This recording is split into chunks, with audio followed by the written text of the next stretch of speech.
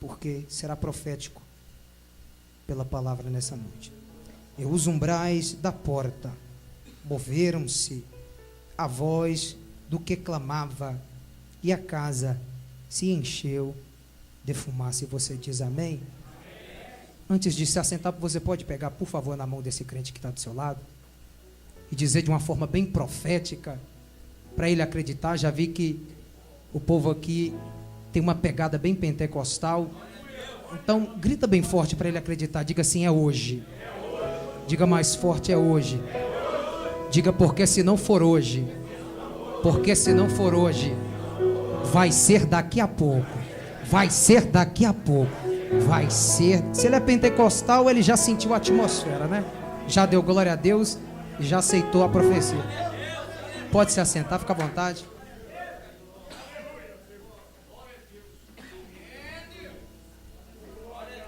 Garganta do pregador hoje está uma benção, mas Deus vai nos dar graça.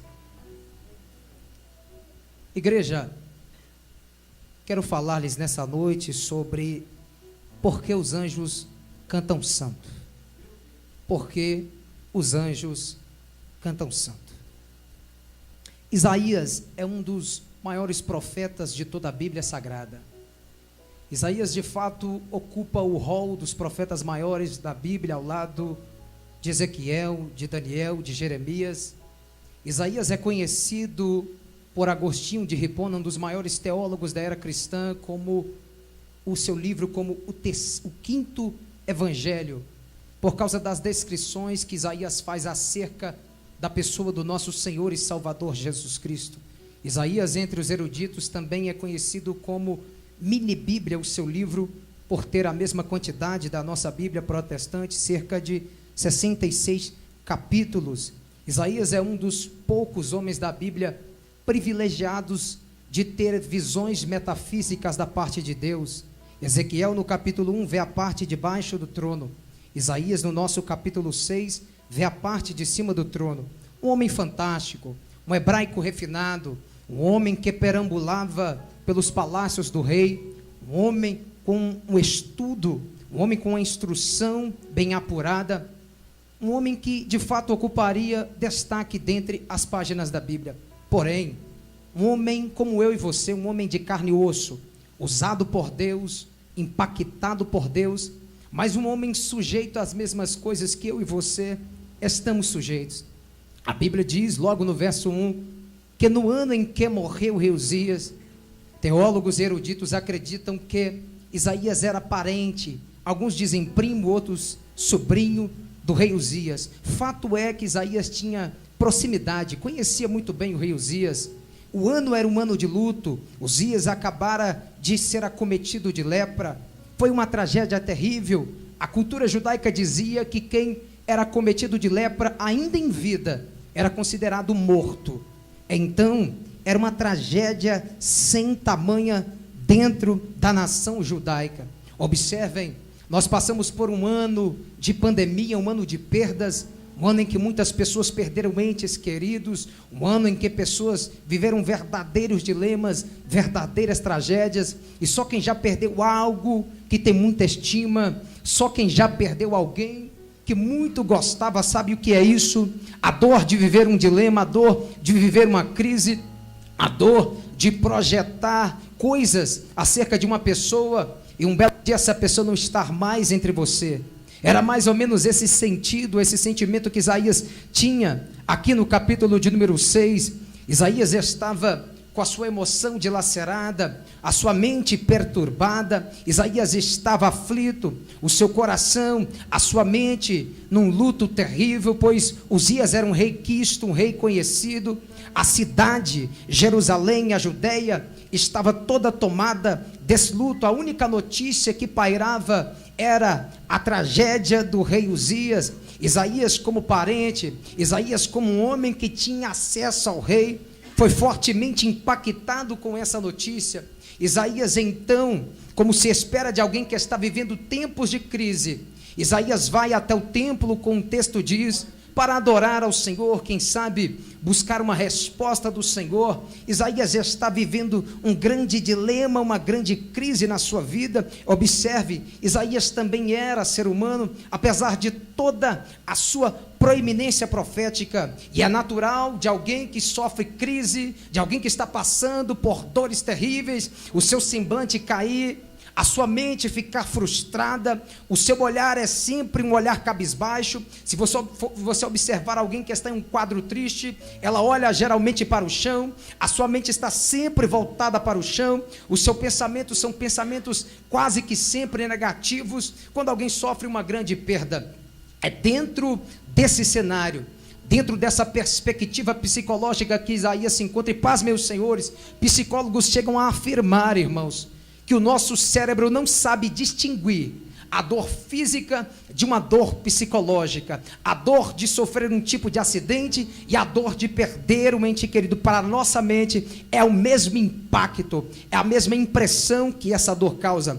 Mas Isaías está diante do templo, Isaías está buscando a Deus em meio às aflições, e o curioso de Deus é que Deus às vezes, ou quase sempre, Ele tem essa mania de esperar as nossas emoções, de esperar a nossa mente, de esperar o nosso status quo chegar em um momento de crise, porque muitas vezes Deus sabe que nós, como seres humanos, quando a nossa conta está cheia, quando o nosso bolso está recheado, quando a nossa família não tem problema, quando passamos por adversidades, a nossa tendência é entrar dentro de uma zona de conforto. Há quem receba vitórias dentro da casa de Deus e nunca mais volta para a presença de Deus. Houveram pessoas que depois da pandemia não voltaram para a casa de Deus, as igrejas esvaziaram-se de alguma forma, pessoas que não suportaram o processo da pandemia, pessoas que não suportaram alguns processos que a vida lhe inseriu, as intempéries dessa vida. Mas Isaías está diante do templo,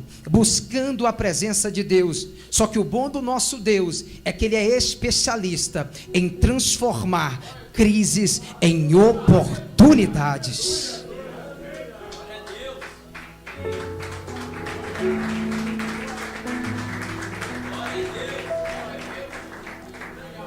O nosso Deus é mestre em transformar crises em oportunidades. E Deus tem uma certa dificuldade, irmãos, de lidar com pessoas prepotentes, com pessoas com coração duro, com coração petrificado. A verdade é que as aflições são agentes de Deus para nos aproximarmos de Deus. Pois todas as vezes que a aflição bate na nossa porta, nós logo lembramos que tem alguém maior que nós. Nós percebemos que existe um Deus que é muito mais infinito, que é muito mais poderoso e que vai além das nossas capacidades humanas. Esse é o nosso Deus, o Deus que permite dificuldades para atrair homens para dentro da sua presença. Mas observe, Isaías vivendo esse luto, vivendo cabisbaixo, à porta do templo, esperando uma perspectiva, uma resposta de Deus. E há quem diga que aqui começa o ministério de Isaías. Alguns que dizem que Isaías já profetiza desde o capítulo de número 5. Verdade é que o livro de Isaías não está em ordem cronológica. Eu quero partir da perspectiva que, na verdade, o chamado de Isaías está começando aqui, já que todas ou quase todas as vezes que Deus quer chamar alguém, Deus primeiro impacta alguém com uma visão extraordinária e com uma visão e com um encontro pessoal dele para com Deus. É dessa forma que o nosso Deus tende a agir.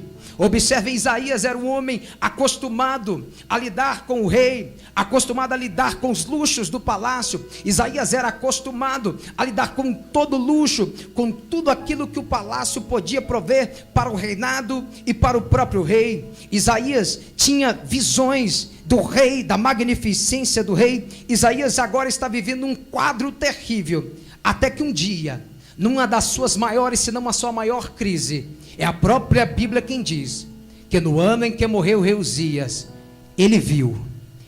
Alguém te contou, Isaías? Não, eu vi. No ano em que morreu o rei Uzias, eu vi. Isaías, como é que é isso? Eu vi, eu tive uma experiência pessoal, porque já está na hora da nossa geração viver as suas próprias experiências com Deus. Já está na hora da nossa geração ter os seus próprios encontros com Deus. Já está na hora, embora nós admiremos quem quer que seja, que nós busquemos as nossas próprias experiências com o nosso Senhor e Salvador Jesus Cristo de Nazaré.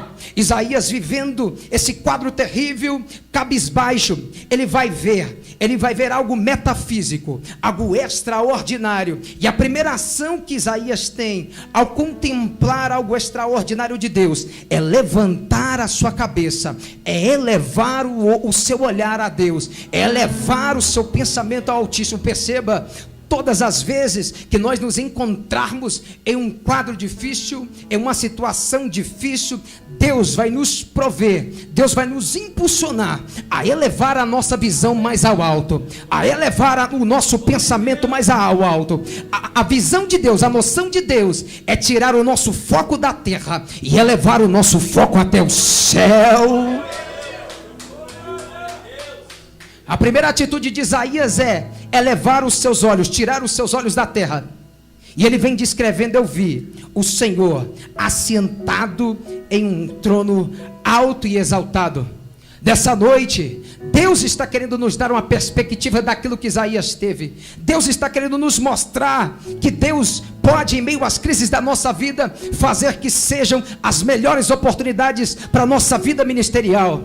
Deus está nos mostrando que é possível, em meio às crises, tirarmos valiosas lições. Há quem diga, Napoleão Hill, um dos grandes escritores deste século, ele diz que quando você passar por alguma aflição, que quando você fracassar, passe pelo fracasso com caneta e papel na mão, porque dentro das crises, Deus tem a mania de esconder propósitos muito maiores para você e para a tua história. O nosso Deus é um quebrador de protocolos. Não quebra princípios, mas o nosso Deus é especialista em quebrar os protocolos. O nosso Deus é especialista em pegar aquilo que não iria dar certo e transformar em um projeto útil nas mãos deles. Um dia Lázaro estava enfermo e a expectativa era que Jesus visse logo no primeiro dia, mas Jesus falou: não, vou ficar mais 2 dias, inteirando 4 dias. A expectativa de Lázaro foi quebrada, mas ao 4º dia, a tradição judaica dizia: alguém pode ressuscitar somente ao 3º dia. Mas Jesus falou: vou quebrar o protocolo hoje. Não vou no primeiro, não vou no segundo, também não vou no 3º, mas eu vou no 4º dia e vou ressuscitar a Lázaro. O nosso Deus é mestre em nos surpreender. Anasso. Pastor Rob, e quem tem experiência com Deus nunca mais é o mesmo. Quem tem encontro com Deus nunca mais fala da mesma forma. Quem tem encontro com Deus nunca mais vive da mesma forma. Quem tem encontro com Deus nunca mais se veste da mesma forma. Deus quer nos impactar com experiências pessoais, porque quando alguém se aproximar de nós, nós teremos visões, nós teremos experiências para contar para alguém. Deus quer nos dar experiências para quando alguém vier até nós, alguém disser que está fraco, nós possamos dizer para alguém: um dia eu já estive fraco. Deus quer nos dar experiências para que quando alguém disser: eu estou pensando em parar, nós possamos dizer para esse alguém: eu também um dia pensei em parar, mas o meu Deus estendeu a sua mão e me fez continuar caminhando. Oh, maravilha de Deus! Eu me lembro de uma época que eu queria ser batizado no Espírito Santo, ainda não era da Assembleia de Deus, e éramos mais ou menos cerca de 10 jovens sedentos pelo poder de Deus, e Deus começou a fazer como se fosse uma fileira. Batizou um, batizou outro, batizou 5, batizou 7.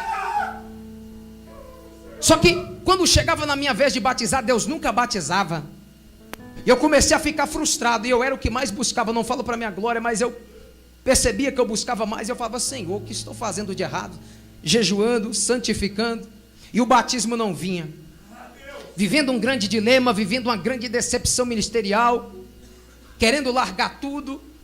Até que um dia resolvi batizar. Não era batizado nas águas ainda, mas buscando o batismo no Espírito Santo. E dentro desses dilemas, pensando se vai, se não vai, vendo todos os meus amigos sendo batizados pelo Espírito Santo, a gente se reunia para fazer cultos na casa, cultos do batismo do Espírito Santo, e muitas dessas ocasiões Deus não batizou ninguém na igreja, geralmente ou foi no monte, ou foi na casa de algum colega, porque tínhamos dias específicos para orar, buscar poder de Deus, buscar renovo de Deus, só que tinha ficado eu dizia: Senhor, eu preciso de uma experiência, eu preciso ser impactado. Eu não sei se você vai acreditar, mas não precisa acreditar, eu sei o que eu vivi. Mas quando chegou o dia do meu batismo, era tudo ou nada. Eu falei: Senhor, é hoje ou não é nada, ou não é outro dia. Chegou o grande dia do batismo, fileiras de pessoas para serem batizadas, até que um dia eu tive a maior experiência da minha vida, e nunca mais eu a tive. Deus me arrebatou de sentido e em espírito. Quando mergulhei na água, quando acabara de ser mergulhado, Deus me arrebatou para uma dimensão metafísica extraordinária. Eu não sei para onde fui, não sei onde era. Eu sei que era uma paz terrível, um lugar claro, extremamente branco. Eu não vou afirmar aqui que era o céu, não vou falar para você que eu vi anjos, eu não vou forçar uma visão aqui, mas eu sei do que eu vivi. Eu senti uma paz, e era como se o tempo tivesse sido congelado. Parecia que não havia contagem de tempo, parecia que eu tinha saído do Cronos e havia entrado dentro do Kairos de Deus. Mas de repente parece que eu fui sugado daquela visão, daquele lugar, e eu não queria sair dali, eu queria viver eternamente ali. Mas quando eu me dei por mim, eu estava mergulhado na água. Quando eu me recuperei o meu sentido, eu já estava entre a água e a areia, falando em línguas estranhas, batizado e recebendo o renovo de Deus. Eu fui marcado por Deus aos 45 do segundo tempo. Levanta a mão, posso profetizar? Posso? Para começar a pregar aqui nessa noite. Deus vai te surpreender. Alabando que bindaracé. Deus irá lhe surpreender, Deus vai quebrar tuas expectativas. No teu momento de crise, vai ser o momento que você vai viver o seu maior impacto com Deus. Vai ser no teu momento de crise que Deus vai te dar as maiores experiências. Será nos momentos de crise que o teu ministério mais vai florescer. Há um jargão, e eu vou falar aqui: crente é igual omelete, quanto mais bate, mais cresce. A calúnia não te para, a fofoca não vai te parar, a fraqueza espiritual também não te para, nada vai te parar, porque Deus te chamou para vencer. Deus te deu uma visão, Deus te deu uma experiência com Ele, e quem tem experiência com Deus não para, não para, não para.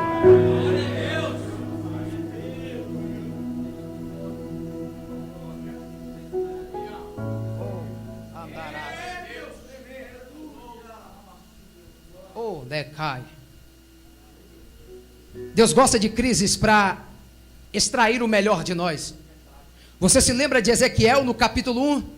À beira do rio Quebar, os judeus sem expectativa nenhuma, uma liberdade falsa que Nabucodonosor dava. À beira do rio Quebar, os saltérios, os salgueiros todos pendurados diante dos soldados de Nabucodonosor. E os soldados de Nabucodonosor zombavam dos judeus, dizendo: por que vocês não entoam um dos cânticos de Sião para nós? Onde estão os belos cânticos que vocês entoavam em Jerusalém? E de repente, dentre centenas de judeus cabisbaixos, transtornados, sem expectativas, alguns nem buscavam mais ao Senhor, alguns nem se lembravam mais dos templos de outrora, da glória do templo de Salomão. Mas dentre toda uma geração, existia alguém chamado Ezequiel, no capítulo 1, que diz: estando eu à beira do rio Quebar, tive visões de Deus, tive visões de Deus, tive visões de Deus, tive visões de Deus. Oh, papai querido, será no teu vale que Deus vai aparecer para você, será dentro do teu deserto que Deus vai te dar novas expectativas, será dentro de uma grande frustração que Deus vai transformar em um projeto muito maior. Sabe por que Deus dá visões para os homens? Porque a visão que nós temos de Deus, ela determina a dimensão daquilo que nós iremos receber de Deus. A visão que nós carregamos de Deus, ela determina a dimensão daquilo que nós vamos receber de Deus. Essa igreja um dia, ela nasceu na visão do pastor. Esse ministério um dia, ele foi apenas uma visão. Todo esse projeto, toda essa estrutura um dia nasceu de um pensamento e nasceu de uma visão. É por isso que todas as vezes que Deus se encontra com alguém, Deus primeiro muda uma visão pré-existente e Deus implanta uma visão celestial e uma visão sobrenatural da parte dele. Deus sempre vai nos dar visões. Porque se alguém tem visão que Deus batiza, Deus batiza. Porque se alguém tem visão que Deus cura, Deus cura. Porque se alguém tem visão que Deus preenche de poder, Deus preenche de poder. Se alguém tem visão de transformação, Deus transforma. É por isso que Deus precisa trabalhar a nossa visão, Deus precisa mudar a nossa visão, Deus precisa tirar aquilo que é nosso e colocar aquilo que é do céu. Não é tempo mais da igreja perder tempo brigando, não é tempo mais da igreja perder tempo com coisas banais. Quem prega mais, quem canta mais, quem faz mais, quem pensa nesse tipo de coisa está com a visão na terra. Quem se preocupa com a quantidade de seguidores no Instagram é porque ainda está dentro de uma visão terrena. Quem fica preocupado com quem falou mal, com quem não falou mal, com quem disse que vai dar certo o pastor, com quem disse que não vai dar certo, ainda está com a sua visão na terra. Mas quem está com a sua visão no céu, ele se preocupa com as almas, ele se preocupa com aquilo que Deus vai fazer, ele se preocupa com a transformação. Deus está querendo levantar pessoas com a visão transformada. Deus está querendo levantar nessa noite pessoas com a visão transformada. Deus pode levantar você com uma visão transformada. Deus quer levantar você com uma visão transformada. Deus quer te dar novas visões nessa noite. Deus quer te impactar com novas visões nessa noite. Quem quer receber visão de Deus? Quem quer receber visão de Deus? Deus vai te alcançar com uma nova visão.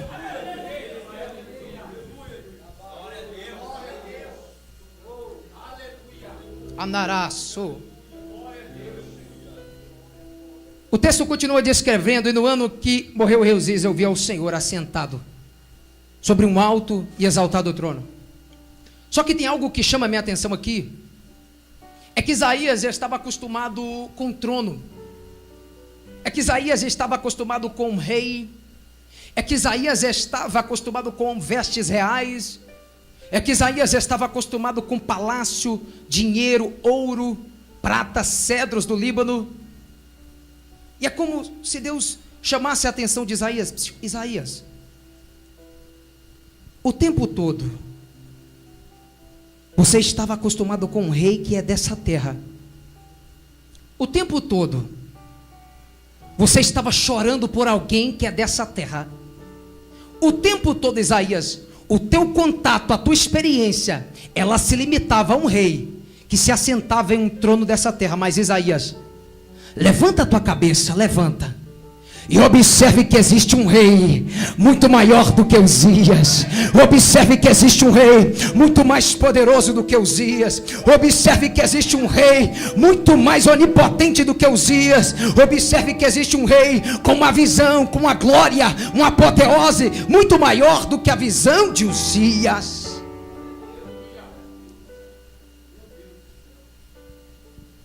Isaías estava acostumado com o trono. E Deus agora chama a atenção de Isaías. Isaías, o trono de Uzias era muito limitado. O trono de Uzias tinha ouro, era bonito, era grande, mas era limitado, vem dessa terra. Isaías, a visão que eu estou te dando é de um trono, que ele é sempre eterno. A visão que eu estou te dando é de um trono, que é maior, que nunca houve um trono igual. A visão que eu estou te dando, Isaías, é de um rei que se assenta num trono muito maior. Esse trono é de glória, de graça, de misericórdia. E o trono dele já paira sobre esta igreja nessa noite. O trono dele, a glória dele, a Shekinah, a apoteose dele já paira sobre esta igreja nessa noite. Ele quer impactar pessoas nessa noite. Ele quer encher pessoas nessa noite. Ele quer mudar visões, percepções de pessoas nessa noite. Ele quer tirar a ótica dessa terra e implantar uma ótica do céu.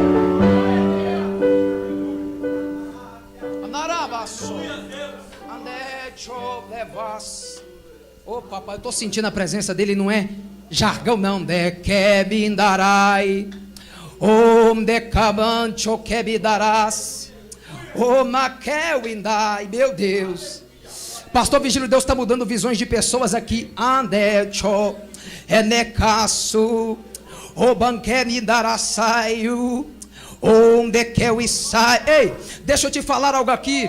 Sabe por que a visão é de alguém que está sentado no trono? Sabe por que a visão é de alguém que continua sentado no trono, pastor Robert? É porque quem se assenta no trono é a posição de alguém que não se preocupa. A posição de alguém que está sentado é a posição de alguém que não está se importando com o que passa ao redor. A posição de quem está sentado é a posição de quem não treme, de quem não vacila, de quem não tem medo. A posição de quem está sentado é a posição de quem está em um controle absoluto. A posição de quem está sentado é a posição daquele que tem o controle do céu, o controle da terra, e ele chama cada estrela pelo seu nome, e nenhuma se recusa a vir à tua presença. A posição daquele que está sentado é tão grande que ele mede as águas do mar a palmo, e ele cobre a imensidão dos céus também a palmos. Ele pesa os montes em balança de precisão. Oh glória! A visão de quem está sentado é a visão de quem tem controle sobre a tua vida, controle sobre a tua história. Ele não perdeu o rumo daquilo que ele tem para você.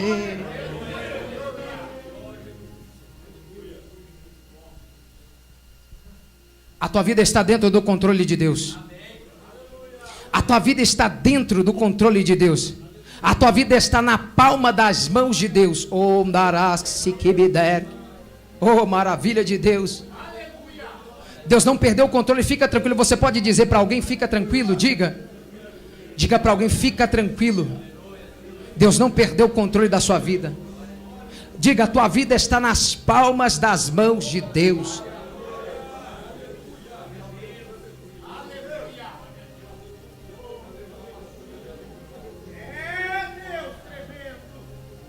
Há um contexto que diz que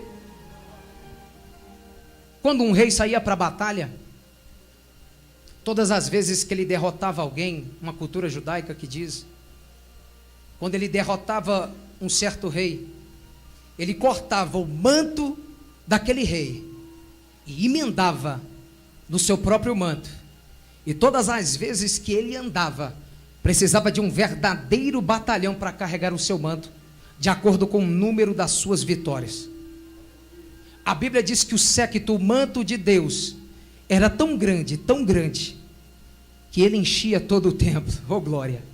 A visão que Isaías já está tendo é a visão de alguém que tem tantas vitórias, que o seu manto é infinito, o seu manto não tem fim. A visão que Isaías está tendo é a visão de alguém que nunca perdeu uma batalha. A visão que Isaías está tendo é a visão de alguém que vai para a batalha sabendo que vai voltar vencedor. A visão que Isaías está tendo é a visão de alguém que envia alguém para a batalha sabendo que esse alguém vai voltar de posse da sua vitória. Era para você ter dado glória, mas deixa para lá. A visão que Isaías está tendo é a visão de alguém, do maior guerreiro, e ele é chamado de Senhor dos Exércitos, porque nunca perdeu uma batalha. E ele tem o poder de te fazer vencer as tuas batalhas. Ele pode te fazer vencer as tuas batalhas. Ele vai te fazer vencer as tuas batalhas. Ele vai te fazer sair vitorioso desta peleja. Nesta peleja tu não terás que pelejar, porque o Senhor é quem pelejará por vós. Você crê? E se você crê, glorifique e exalte ao nome dele.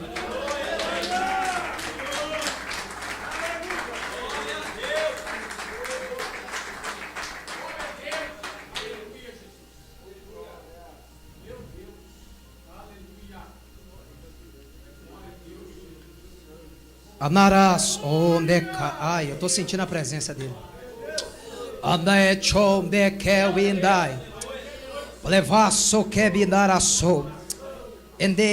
Não vai ser pelo grito hoje não, o fogo não vai pegar por grito aqui não.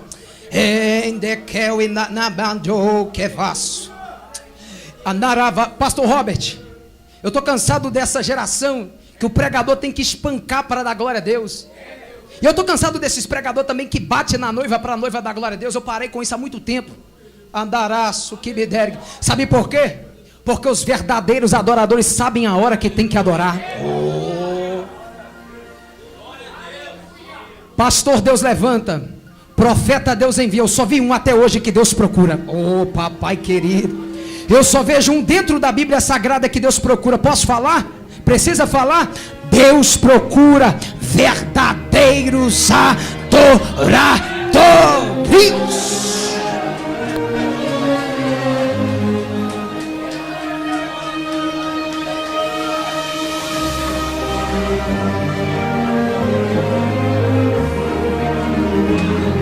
Se você não está sentindo, não tem problema, eu estou sentindo aqui.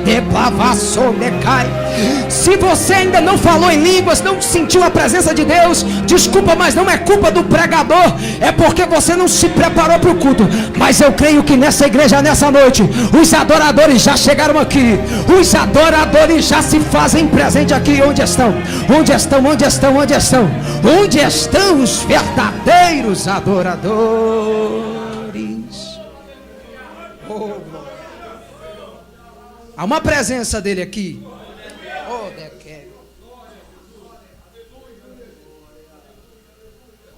A Bíblia diz que cada um dos serafins tinha 6 asas e voavam por cima do trono de Deus. É porque o número 6, biblicamente falando, é o número do homem. É Deus dizendo: o padrão da adoração dos serafins deve ser o padrão da adoração dos homens. É Deus dizendo: o padrão da adoração que já existe no céu é o padrão que deve existir entre as igrejas, entre os adoradores aqui na terra. 6 asas, com 2 cobrem o rosto, com 2 cobrem os pés e com 2 voam.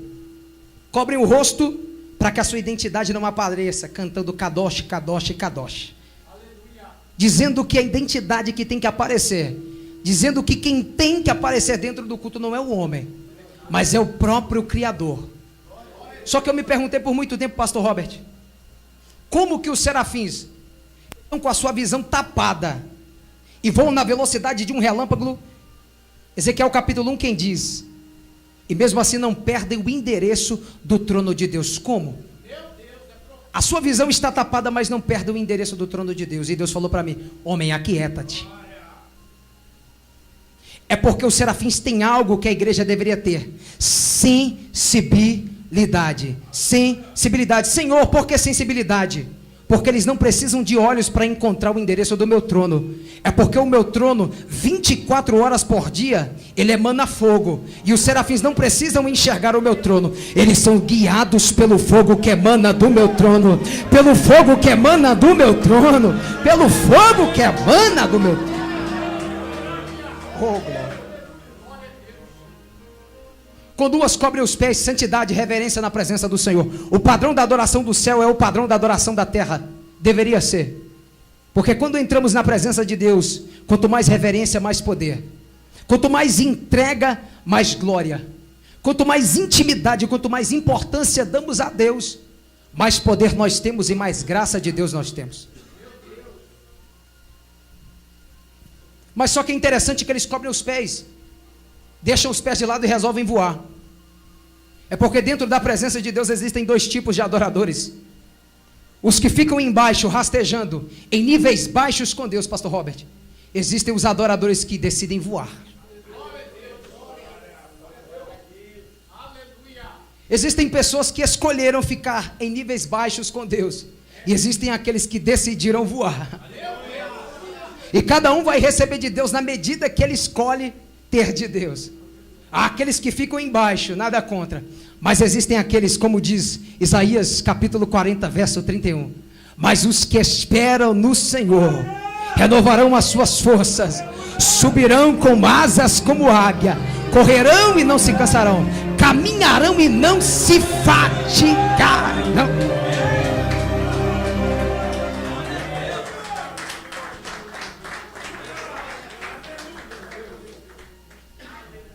Mas deixa eu correr. Vou dar uma comprimida na mensagem. Os anjos estão o tempo todo cantando santo, Kadosh, Kadosh. Com 2 voam, com 2 cobrem os pés, e com 2 cantam santo. E com 2 voam em cima do trono de Deus. Só que a Bíblia diz que os umbrais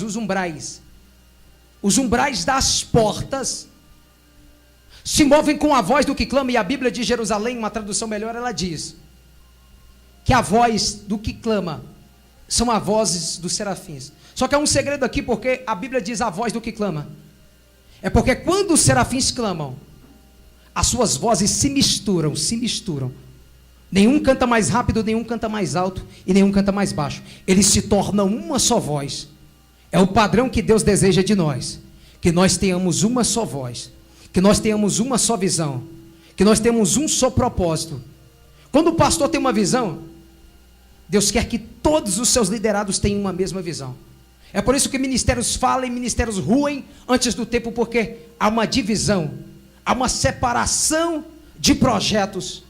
E por isso ministérios falam e ministério ruim. Só que os serafins não cantam santo, santo, santo, santo, santo, santo, santo, santo, em uma só voz. É como se as vozes se embaraçassem, se entrelaçassem, Vitor, e as vozes se tornassem uma só. Só que há um segredo aqui: quando as vozes se tornam uma só, a Bíblia diz que os umbrais das portas se moveram com a voz do que clamava. Eu vim lá da zona rural, eu vim do interior do Vale de Jequitinhonha, o pastor Robert acho que esteve lá um tempo atrás, e ele sabe como a vida lá é precária. E eu sou bem interiorano mesmo, irmãos. Lá na roça, para o fogo pegar é mais ou menos assim, na época do São João, na época que nós estamos. Você chega diante do fogo e começa a aquecer e colocar fogo e aquecer o fogo e acender o fogo. Na decorrência que a lenha vai queimando, a lenha vai se tornando em brasa. Quando a lenha vai se tornando em brasa, a gente chega e... Na época era assim, ó.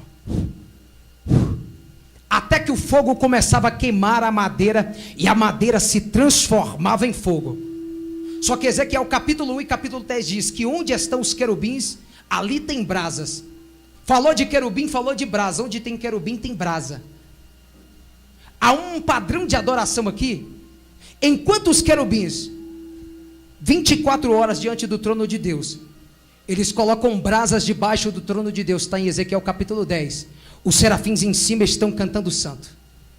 Enquanto os querubins colocam brasas embaixo, em cima os serafins estão cantando santo. Enquanto os querubins colocam brasas embaixo, em cima os serafins estão cantando santo.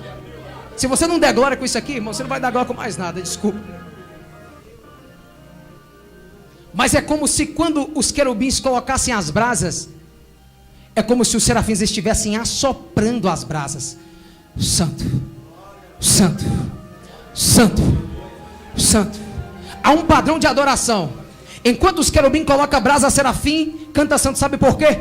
Porque todos têm espaço na presença de Deus. Porque todos, pastor Robert, têm importância na presença de Deus. Porque enquanto o querubim coloca a brasa, serafim canta santo. Enquanto o querubim coloca a brasa, serafim canta santo. Enquanto o lado direito coloca a brasa, o lado esquerdo canta santo.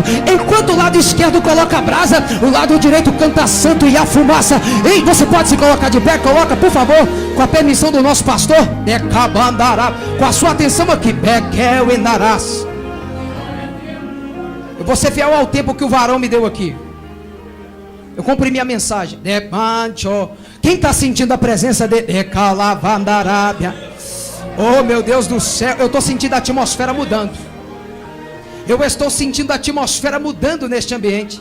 Oh derecho de kebidarabia anaravasso que me der.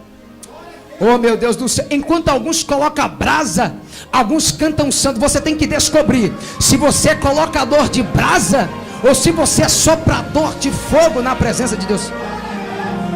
Pastor Robert, posso fazer algo aqui?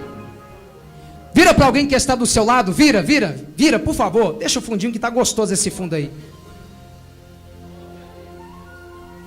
E você vai pegar na sua mão como se você tivesse uma brasa. Estende a sua mão e pelos olhos da fé, irmão, eu estou vendo brasa na tua mão. Onde quer, o mandarasi que vai, anaravasso que me der.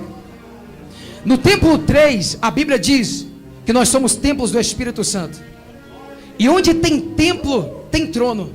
Onde tem templo, tem altar. Dentro da sua vida tem um altar. Sabe o que você vai fazer? Você vai colocar uma brasa que já existe dentro de você, nesse templo e nesse altar chamado esse varão que está do seu lado nessa noite. No templo 3, vai aquecendo a brasa que está na sua mão. Vai, eu estou vendo brasa daqui. Onde quer bindar? Começou. Opa, a atmosfera está mudando, No templo 3 você vai ministrar essa brasa que está nas suas mãos, dessa pessoa que está do seu lado. Vamos comigo. Eu conto 1 em nome do Pai. Coloca a brasa, vai aquecendo brasa. Eu compro 2 em nome do Filho. Vai aquecendo a brasa. Eu conto 2,5. Andarás. Onde quer. Eu conto 2 sétimos. Vai aquecendo a brasa. Vai aquecendo a brasa. No tempo 3, todos comigo. No tempo 3, no tempo 3. 1, 2, 3. Vai, coloca a brasa, coloca a brasa. Vai, vai. Vai, vai, vai, vai, vai. Ministra a brasa, ministra, ministra, ministra, ministra. Ministra, coloca a brasa que existe dentro de você.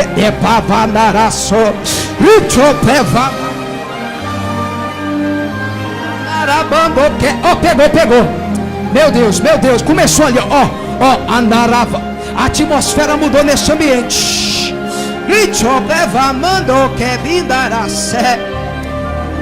Onde estão os colocadores de brasa? Onde estão?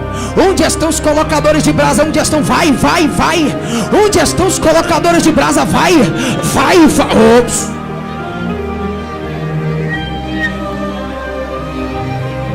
O que bindarabando, que bindaras, de becomindaraço, eu anaço de fai, o que bindaras, a atmosfera está forte nesse ambiente. Tipo que me dá, ai, ai, ai, ai, estreitou o negócio. Estreitou o negócio. Onde estão os que falam línguas estranhas? Onde estão os que falam línguas? Vem, vem, vem comigo, vem, vem, vem comigo, vem, vem. O levando que me darai. Deus está querendo renovar pessoas nessa noite. Deus está a fim de renovar pessoas nessa noite.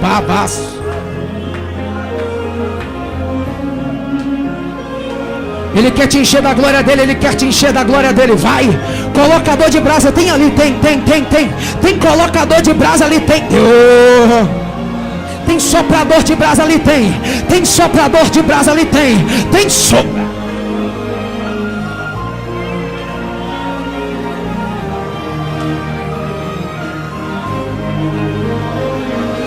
Você não está sozinho nessa noite, porque esse irmão que está do seu lado está te ajudando na adoração, está te ajudando em oração.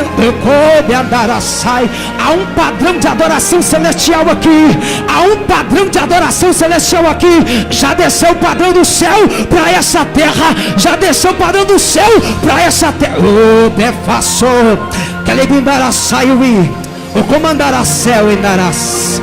E faço de cair do céu.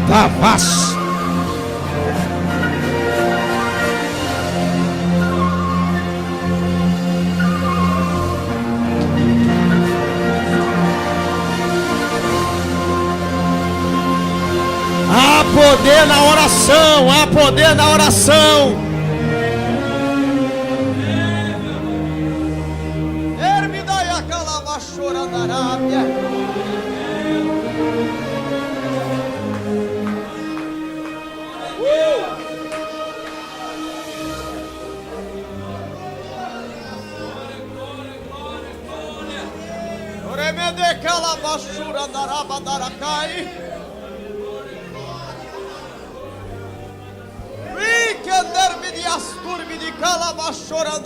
Tem alguém que ainda não fala em línguas? Tem.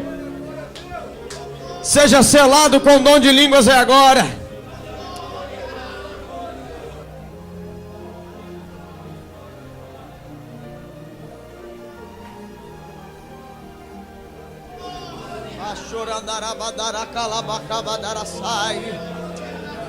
Já estamos terminando, mas ainda dá tempo. Abra a boca e adora, abra a boca e adora. Deixa o Espírito Santo te envolver, te encher. Deixa o Espírito Santo de Deus te renovar. Deixa o Espírito Santo de Deus te tocar. Deixa Ele trabalhar, deixa Ele trabalhar. E calabachorando.